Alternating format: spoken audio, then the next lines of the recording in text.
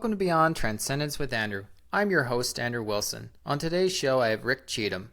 Rick is a seasoned life and career transformation coach with a remarkable background as a fire captain and firefighter association president in Anaheim, California. Rick brings a wealth of experience and wisdom to our conversation today. Rick's journey is not just professional, it's deeply personal. He has faced unimaginable challenges, including overtaking personal battles with sexual addiction, enduring the heartbreaking loss of his oldest son, and recovering from a severe neck injury that left him learning to walk again just 5 months after retirement. Each of these experiences has shaped him into the powerful advocate for resilience and personal transformation that he is today. Please give a warm welcome to Rick Cheatham. Hi, Rick. Hi there. How are you doing? Welcome to my show. Well, thank you. I appreciate being on it. So tell me about your journey. What brought you to spirituality? Well, spirituality has been a journey I've been on my whole life. I was raised a preacher's kid. So you know what they say about preacher's kids.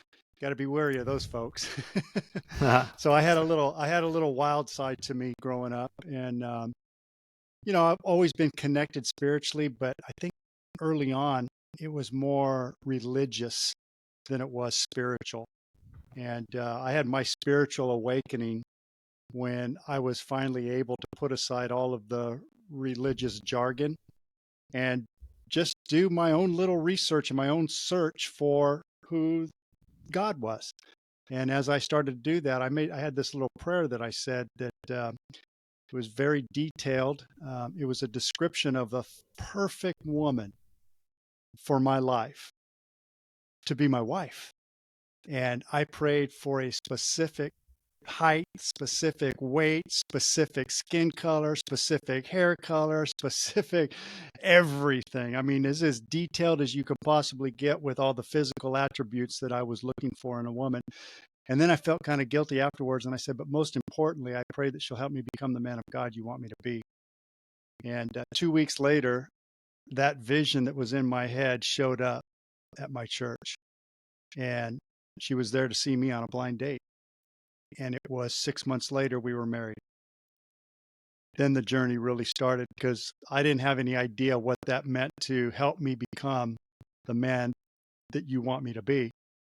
I had no idea that that would challenge me and test me and expose me in areas that I had never ventured into before. One of the things that we realized early on in our marriage was I was struggling with sexual addiction. I didn't know it at the time. I had no idea what that was. I think in the 80s, I don't even think it was really even a thing. It was just men being men, pretty much.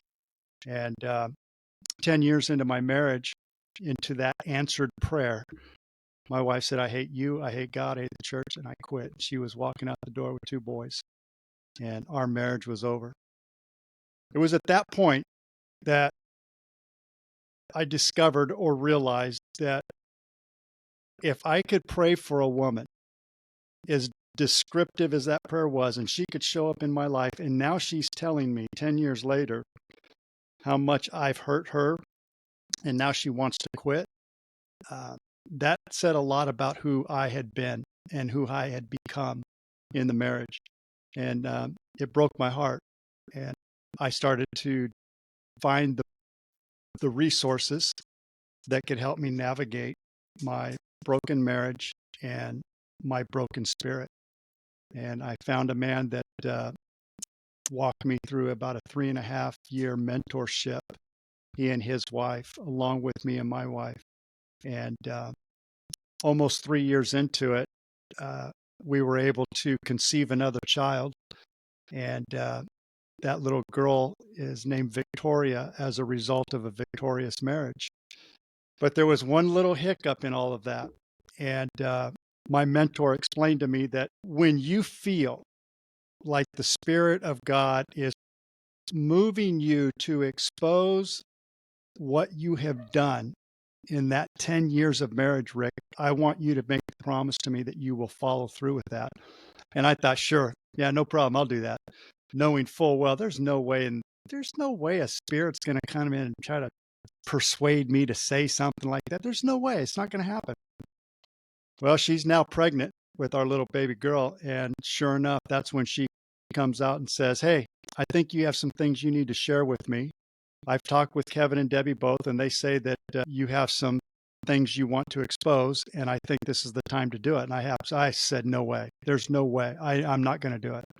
And I begged her not to go down that road, but, a little bit of time and a little bit of persuasion. She says, Rick, if you want this marriage to be what it is that you say you want it to be, I think we have to rebuild our marriage on the truth. So we have to know. So are you in or are you not?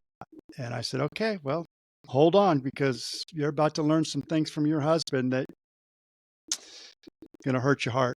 And so I exposed everything. I told her everything that I'd been doing. I told her everything that I was involved with. I told her my struggles.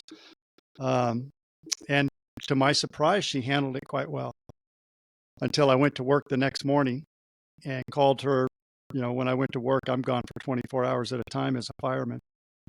And when I called her that night, the next day, she was in a totally different mindset. She was one of very hurt, very emotionally distraught, and said, I don't know that I can remain married to you after hearing all that. And she said, I don't even think I can remain pregnant. I don't even think I can carry this child anymore. That's how distraught she was. And it brought me to my knees. And I was so angry that my mentor had told me to expose myself when I was telling him the whole time, no, that's not a good idea. I'm a changed person. I don't need to let my wife know everything that I had done. Let's just move on from here and make this a good marriage moving forward. But I listened to him and I exposed myself. And now I'm looking at my wife walking out the door for the second time with 2 kids, with one on the way, and quite possibly aborting that third one because of the infidelity she found out consumed my life. So I contacted my mentor and began to chew him up one side and down the other. And his response to me was this: Rick, if you think God has taken you this far on your journey only to drop you off at the doorstep of an abortion clinic, you don't know my God. You need to give this time. Let her simmer with this. Let her resonate with this. Let her spend some time with the Spirit of God and walk her through this as well. And so we did. And fortunately, our marriage was saved. And our little girl was born. The little girl's 24 years old now. And every time I see her, I remember that day. If you think God would take you through this journey only to drop you off at the doorstep of an abortion clinic, you don't know my God. And that's when I became more spiritual, I think, than any other time in my life, because he overcame the impossible with me. How many people do we know that, it's so easily to walk out on a marriage because of betrayal? I mean, most of the Christians that I had affiliated with back then all agreed that that was the one thing that would say, yeah, you're done, and give, the blessing, get that bum out of your life. He's not worth having. And my wife chose to do something different. My wife chose to forgive me. She chose to show me unconditional love. And she chose to work with me rather than against me in helping me overcome my demons. And 10 years later, I had finally earned her trust back. It took another 10 years to earn her trust back. But in that 10-year period, I was mind shifting to a place where I knew, because God was that good, because he had already taken me to a place where my behavior had destroyed everything, and he had given me another opportunity to rebuild.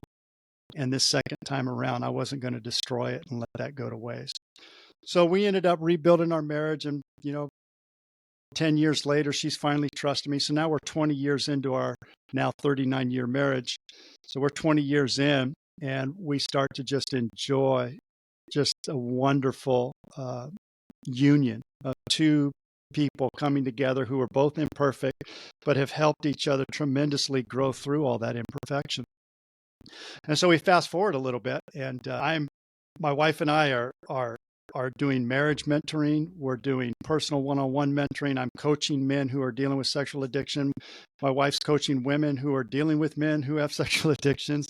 We're working together as a community. We have this thing that we built called the Band of Brothers, which is a bunch of men that were struggling with addiction of any type. And things were going good. And out of the blue, my son was murdered. And it rocked our world to the place where, I was feeling like I was starting all over again. I mean, good Lord, God, I've gone through this entire process of rebuilding my marriage in the image that I thought that it was. It was a good, strong, unconditional love. We valued each other. We motivated each other. When I was up, she was down. When she was down, I was up. And so it was this constant balancing of helping each other get through our own traumas and childhood issues that we were dealing with. And it was 7 days before Christmas. The Riverside County Sheriff's Department knocked on our door at 4 a.m. and asked us if we were the parents of Michael Cheatham and explained that he had been killed the night before. And it threw me into a tailspin. I knew at the time that this was going to be a journey of learning how to forgive the unforgivable, which was similar to what my wife had done 10 years earlier or more when she forgave me when I was unforgivable. And I thought, okay, this process is going to be a difficult journey for me. So we went through the murder trial. Within a year, the guy was convicted. He's spending the rest of his time behind bars. He'll never see the light of day. And my life goes back to this new normal of trying to deal with life as a grieving father, as a grieving parent.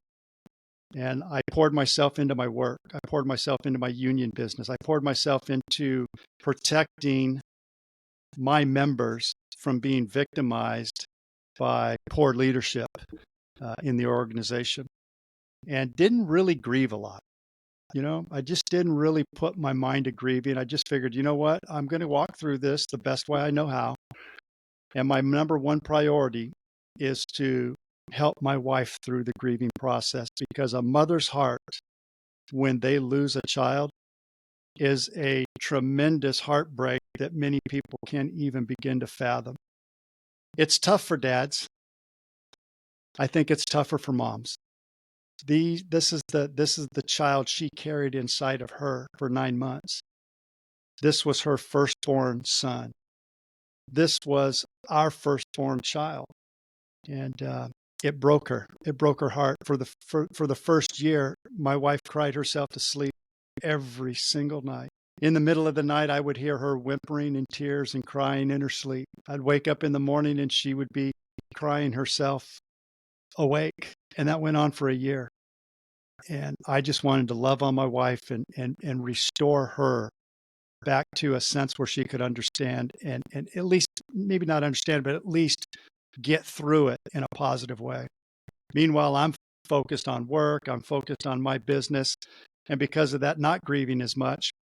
I had said all the right words. I'm going to forgive this man. I forgive you. I forgive you. I forgive you. I said that in my head. I constantly had reminded myself, this is about forgiveness, Rick. You can forgive this guy. And then as I started to travel down that road, what I started to realize was forgiveness is easy to say, but it's very difficult to apply without the baggage that comes along with all that hurt. And about 5-6 years in, after Mike's death, I started struggling hard with anger, bitterness, resentment, hostility, just because I saw what Mike's death did to my other children. His younger brother, only 18 months younger, it tore him up. It just broke him. My daughter, who was 13 at the time of her brother's death, was just entering into puberty. I mean, she was already emotionally dealing with things that young women deal with, and it's not always easy. And now she's dealing with this on top of it. And there was a time I thought I was going to lose my children. That's how hard they were. That's how bad they were hurting. And so my anger became even more disruptive and became more apparent. And to put it in a very generic way of saying it, my bonus mom, my dad's second wife, lovely lady, just a wonderful woman. She said, Rick, there's this underlying tension that you carry with you everywhere you go. You can just see it in you. You've got this underlying anger that comes out in the way that you communicate. And I just kind of was blown away by, like, I thought I was hiding this stuff pretty good. I thought it was pretty good. I mean, I thought I could put this stuff under the covers and people weren't seeing it, but they weren't. They were actually seeing it. Well, then you fast forward, to the retirement. I retire from the fire service. I moved to Nashville, Tennessee, and 5 months into my retirement, I fall and break my neck at C4 and C5, and I'm paralyzed from the chest down. Wake up in a hospital and have to go in and have surgery, put my neck back together, throw 2 rods, 12 pins, put everything back together. And the break was such that it didn't completely break. It was what they call an incomplete spinal cord injury. So it pinched my spinal cord at C4 and C5 so bad that I lost all of my feeling from the chest down, and spent 2.5 months in rehab learning how to walk again, how to care for myself. And then I got home. After I got home, I was thinking, man, I was able to walk out of that hospital. There's hope. I got some hope. At least, I may be able to get better. And things were just not getting better fast enough. And it just kind of rebounded my trauma back to my unresolved issues that I was dealing with the murder of my son, how unfair life is, that this isn't right. How many times do we go through life and things happen to us and we just think, man, that's just not fair. That's just not right. Why does this have to happen to me? Why me? Why do I have to fall and break my neck after retiring 5 months while all my buddies that retired with me and have since retired, they're enjoying their retirement with a full body capacity of being able to handle whatever comes their way. I was a builder by trade and a fireman by vocation. And so coming to this new place in Tennessee, I had all this anticipation of fixing up my house, maybe going and purchasing real estate and investing and doing flips for a living. And I had all these plans that were just completely decimated in one moment of decision when I decided I was going to try to walk myself back from the bathroom at 1 o'clock in the morning. I've been totally just feeling dizzy and not feeling right. I made it about 4 steps and fell flat on my face. And that was the end of it. And now I'm contemplating all of this trauma that's happened to me in this 10-year window in my 50s. Started my first part of the 50s was the death of my son. The end of my 50s is a broken neck. And now I'm dealing with the implications of rehabilitation for years and years to come. And I just kind of gave up. I just got tired. I just decided, you know what? If this is all I got left, why even bother? Why not just throw the towel in? Lord, take me, man. I don't even care anymore. I really don't. Life sucks. My life sucks especially. And I don't even want to be around anymore. So please, just take me out of this world. I don't even want to be around. And he had other plans. He had other plans. I ended up getting involved. As I said, I wanted to get involved with real estate investment and building and fixing up homes and reselling them and all that kind of thing. And I ended up going to this real estate investment conference, and I listened to a keynote speaker, and that keynote address dealt with, in my mind, he was dealing directly to me. He was talking to me, and he was using our understanding of our thoughts that we predominantly have, or our feelings that we predominantly feel about our identity, who we think we are. And in that process, I discovered that I felt useless. I felt worthless. I felt hopeless. I felt despair. I felt like my body did not work the way that it once did. And poor me. After that exercise he walked the whole crowd through, he asked if there was any volunteers, and I raised my hand, not thinking that he would call me, but evidently he saw me first, and he called me to the front of the stage and helped walk me through where I was at the time. And I mention that because his words to me was, "Rick, do you think I'm useless?" And I said, "Of course not." And he said, "I was just curious because you put a lot of focus and a lot of energy and a lot of identity around your body and the body mechanics that you have lost that now makes you useless." This man's name is Nick Santanastasso. And Nick Santanastasso has no legs. He has one arm. He was born that way. And he is probably one of the greatest transformational speakers out there on the circuit today. Studied and toured with Tony Robbins for 4 years, I believe. He now teaches people how to become inspirational, transformational speakers. He teaches people, he coaches people through their mind shifting processes. So when he said that to me, it clicked again. I thought, you know what? That's exactly right. When I was overcoming my addiction, I had to do that same process. I felt worthless. I felt hopeless. I felt useless. I felt like a POS. I just felt like crap. And I need to do that again. Except this time I need to do it in a way that brings about the transformation that's going to be needed to not only help me, but help my family, and then help anybody else that my story could help connect with. So I started coaching with Nick, and he became my mentor, and he started walking me through a lot of the processes. And one of the things that I ended up discovering is that, like a snake, when it bites you, it leaves behind a poison. And that poison, if not taken care of, if not dealt with, could literally kill you. But the snake is long gone. See, I was holding a lot of anger and animosity and resentment and hatred towards the snake that killed my son. And the venom he left behind me was that resentment, was that bitterness. And that was eating at me at a level that I just could not cope with anymore. And I just wanted to give up. I just wanted to quit.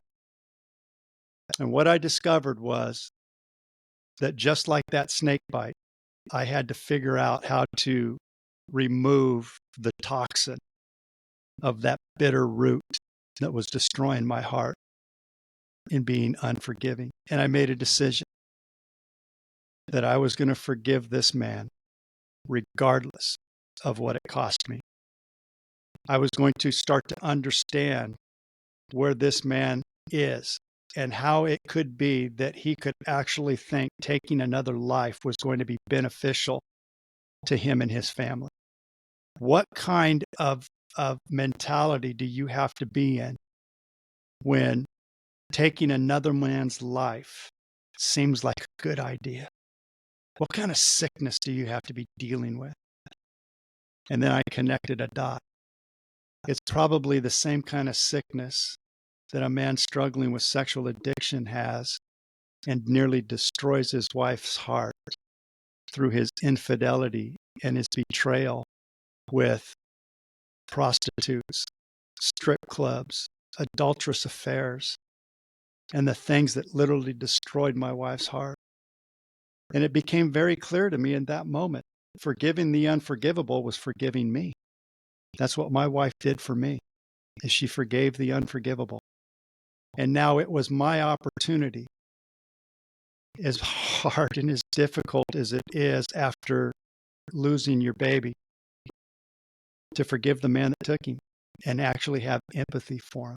So that's where my story led me to, and that's where I am today, where the mindset and understanding the process of how my thoughts are tied with my old belief systems, and those old belief systems, 95% of them are pre-programmed and automatically on autopilot through the subconscious, because in those childhood development years, up to like 8, I believe it is, you're learning how to deal with your own types of emotional trauma as a kid. And then those just carry over with you. And pretty soon you start to deal with that as an adult. And one of the things that I had a very difficult time with is unconditional love. I had a very difficult time with loving people unconditionally until my wife was able to show me what unconditional love looked like. And once I understood that this is a road to forgiveness and a road to understanding that all humanity, all of us have our baggage. We may have not murdered somebody else's son, but I guarantee we've got areas in our life where we've been bitten by a snake of some sort. Somebody has bitten us, and the toxins we carry are still alive and well within us. And so we go through life and we're anxious. We go through life and we're fearful. We go through life and we have animosity. We have resentments. We have bitter roots of hatred that boil up inside because somebody did something to us. We got a boss at work that didn't treat us right. We got a girlfriend, a boyfriend, a wife, a husband. We've got kids. Somebody somewhere has bitten us and left behind a poisonous root of something. And the process of removing that bitter root is the process that I discovered in my journey of overcoming my anger through forgiveness. Well, that's a beautiful end to such a horrific story, Rick, but I'm really proud of you for becoming that transformational life coach. And you touched my heart, man, when you were talking about your son.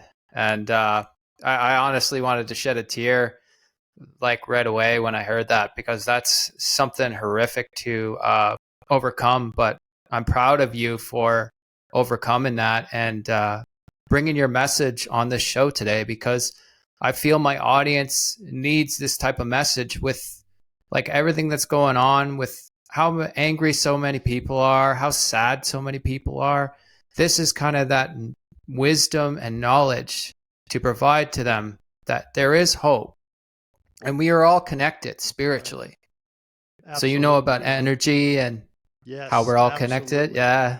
It's beautiful, isn't it? It really is. There's so many times where I used to think we were so separated. And I think religion brought me up to believe that there was a separation between the righteous and the unrighteous, the good and the evil. And the reality is there's a duality of life where we're all one. And there's the collective consciousness that our minds are always connected at some level, and we can tap into that. And when I started to look at it through that lens, that very lens of the energy levels that go on, our thoughts are nothing more than energy. So they're going to either vibrate on a high frequency of energy or a low frequency of energy. And when they're on that low frequency, hang on, baby, because you're in for a ride. It's going to be a roller coaster, and you're probably going to find yourself addicted to something. And quite frankly, we're all addicted to something. We just haven't recognized it because it's become so normalized that we think our fearful existence is what is normal. But the reality is we're addicted to fear. And we got to have fear in our life so that it gives us a purpose and it gives us meaning. It gives us something to protect ourselves from. And the reality is that fear will lead you off a cliff if you don't understand how to harness that fear and how to follow that fear to become the person you need to be rather than run from who you want to be. I sat there at that wall of fear and just said, I give up, I quit, I can't do anymore. But there's another alternative, and that's that love component. When we can look at life through the lens of love and understand that high vibrational frequency level that love brings, we start to attract that kind of energy back towards us. And I tell you, it's been a wonderful thing, Andrew, to watch the people that are attracted into my life now and the way that I get to be a part of their world and their struggle and give them hope and give them the opportunity to transform their life in a way that not only brings honor to them, it brings honor to their God, it brings honor to their family, but more than importantly, it changes the legacy of their entire lineage from here on out. They they start to get that into the next generation, and the next generation is going to take it to the next, and then finally, and you're going to pull your entire lineage out of the bondage that you feel right here and right now, once and for all. That's a beautiful, beautiful thing in my mind. Just a beautiful thing. I'm glad you experienced it. And so, like with your coaching, what do you offer people that you're coaching? What do you give them for techniques, topics to choose from? Well, what I do is I meet with them in a 30-minute intake conversation that we have, and we develop a personalized plan for them. So I've got to know where you are. I got to have that starting point and what you're looking for and some of your background, and then I can develop a customized program designed just for you. And it's all dealing with how we interpret our thoughts, how we interpret our belief systems, how we get those belief systems. Where do they come from? Are they real? How is this fabrication of the imagination so focused on the past all the time that we create this new future that's rooted in the past? And we can't understand, why do we keep seeing the same thing over and over and over again? Why am I suffering like this over and over? Why is life not fair over and over and over again? And so I just develop a comprehensive, personalized program that starts with 90 days. So we do a 90-day trial, kind of get through the process of 90 days to start to build the momentum.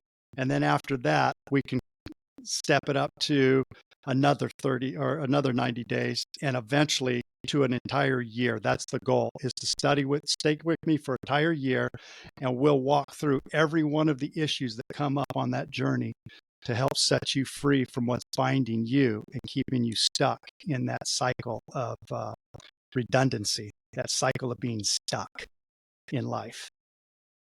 The relief they get is they get understanding. And when you have understanding, you now have the tools for application. And when you can apply the tools for application, you get the results. And so the entire program is results-based. It's outcome-centered. So we look at the results, and then we evaluate the results by the choices that they made. And when they start to see that there's only one place that exists, it's not the future and it's not the past. There's only one place, and that's the here and the now. And in the here and the now, you got control over everything in your life, right here and right now. And it starts with a decision. You have control over every choice you make, and it starts right now. It's in the here and the now. But unfortunately, what happens many times is the decisions we make in the here and the now are predicated on the past decisions that we made way back when. And because we made that decision back then, and now we're faced with another decision, we go, well, I remember what that experience was like. So we make choices based off of our past experiences. And then we get cycled into the fear-based understanding of my life, and it becomes stuck, it becomes unbearable, it becomes suffering, it becomes painful. Relationships just start to deteriorate, and it's always somebody else's issue. It's always somebody else did this to me. So the outcome that they get at the end of this is they start to recognize and understand that life isn't happening to them, it's happening for them. And it's happening for them because they are so special. They were created in the image of God. They have a purpose. They were put here on earth for that purpose, and they are the only one here on this earth that's going to be able to fulfill that purpose. So now let's get to the point of why you're here and what's your purpose. Because once we can find your purpose, we can find your passion. Once we find your passion, we can find your power. Once we find your power, you can live in peace. That is so beautiful. Like, it's just warmed my heart here and you speak, and I love it. So what message could you give my audience who are struggling with their everyday lives, who have basically feel like they're in a dark spot and don't know how to crawl themselves out? I would say reach out to somebody who's already been there and done that. Reach out to professional counselors that can lead you down the track of understanding the psychology behind why you're stuck, because that's what it's all about. It's all psychology. Or contact me. I mean, reach out to me. I'd love to work with you one-on-one and give you the same results that I give all my clients. And that is an understanding of how the psychology does work in our minds and how your past has programmed you to have the future that you now exist in the present time over and over and over again. All we got to do is change the fear model. Instead of looking at life through the lens of fear, we're going to show you how to look at life through the lens of love. When you look at life through the lens of love, it's a faith living instead of a fearful living. And it's wrought with anticipation rather than doubt. And when you're in anticipation, a faithful anticipation of a future for yourself because you know who you are and you know your purpose, that is when you become creative. And it's in that creative state that you find the ladder to climb yourself out of the pit to experience life the way it was supposed to be experienced. Not that it's not going to have pain, not that there's not going to be suffering, but you're going to have a mental understanding of what it's supposed to be doing for you here so that you can make a better impression on those in the future of being light in their darkness. We're all designed to be light. And if we can learn how to be light in somebody else's darkness, you're going to show people the way out of their darkness every single time. It's guaranteed, because there's two things I know. Darkness cannot exist in light, and light cannot exist in darkness. They wash each other out. I mean, light overtakes darkness every single time. So the journey of life is learning how to be light. That's beautiful. I want to give you a hug right now. That's so passionate and warm and feeling. Here we go. Bring it in. Yeah. I love it. There you go. This has been a wonderful interview, Rick, and I'm so happy to have met you. And I hope to have you on the show once again, because your beautiful message is uplifting and wonderful. And I'm so thankful and grateful to have met you. And I wish you nothing but best on your journey, and stay strong and keep doing what you're doing, because you're doing the world a favor and you're bringing hope, and hope is wonderful for people these days. I appreciate that. And if I could be so bold as to ask, is it possible for me to give some of my contact information to your audience in case they do want to contact me? You are more than welcome, sir. Okay, I'm going to just make it real easy. RickCheatham.com. Just my name, Rick, R-I-C-K, last name CHEATHAM.com. And that will bring you over to my webpage. And from there, it will link you to whether it's a coaching call or a scheduled event to speak somewhere. Beautiful. Appreciate that. You're quite welcome, sir. I'm so thankful and grateful. You have yourself a wonderful day, and God be with you, sir. Likewise. Thank you so much, Andrew. Appreciate it. Take care. Take care. And that wraps our show for today.